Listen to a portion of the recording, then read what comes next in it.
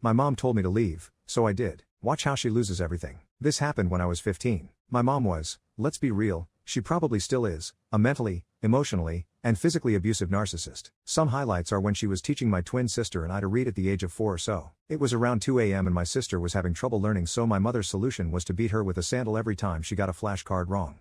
Same thing happened when my mother had me transcribe an essay she had written to my handwriting when I was 7. Every time I started a letter from the wrong position, like starting a capital M from the bottom line, she would beat me with one of her Birkenstocks.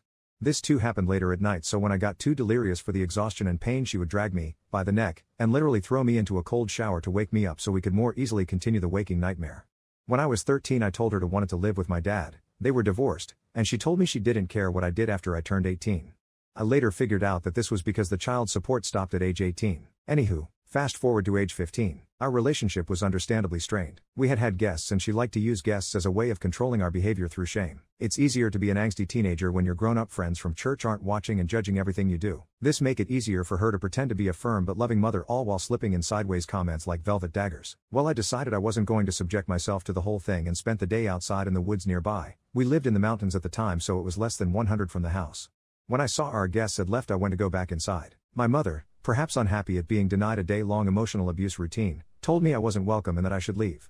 My 15-year-old brain heard her words and knew that she only meant for a little while, but it also recognized that failed to specify any time frame at all.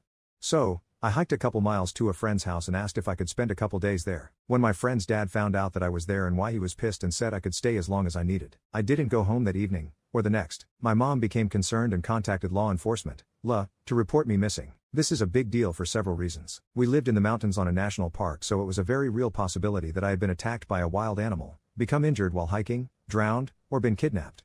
Nobody knew of my mother's abusive tendencies or the squalor and neglect my sister and I lived in. Most importantly, the law enforcement was the local park rangers with which she worked daily. La immediately contacted my dad's side of the family to see if I had turned up there or contacted them. They promptly freaked the crap out and came to my house with lawyers on standby. La then hired dogs to track my scent, and then everyone freaked out because the dogs tracked me to a nearby river where my trail died because the dogs couldn't pick up any more scent. Over the next couple days there were people going in and out of my house, rangers, lawyers, my family, etc., and several noticed the overpowering scent of cleaning chemicals, but only the lawyer considered why a clean house would reek of chemicals. La started to canvass the nearby woods and neighborhood. My friend's dad came to me and asked if there was somewhere else I could stay. He told me that he wouldn't kick me out, didn't want to have to lie to the police or let the dogs on his property. My friend and I figured we'd just go camping for a week or so, but instead I looked up my dad's side of the family and called, and they picked me up right away. Understandably, everyone had questions. When I told them what was happening, the lawyers, horrified, pounced. A judge issued an emergency change of custody and prevented her from gaining custody until she underwent a psych eval and therapy, which my mother would never allow.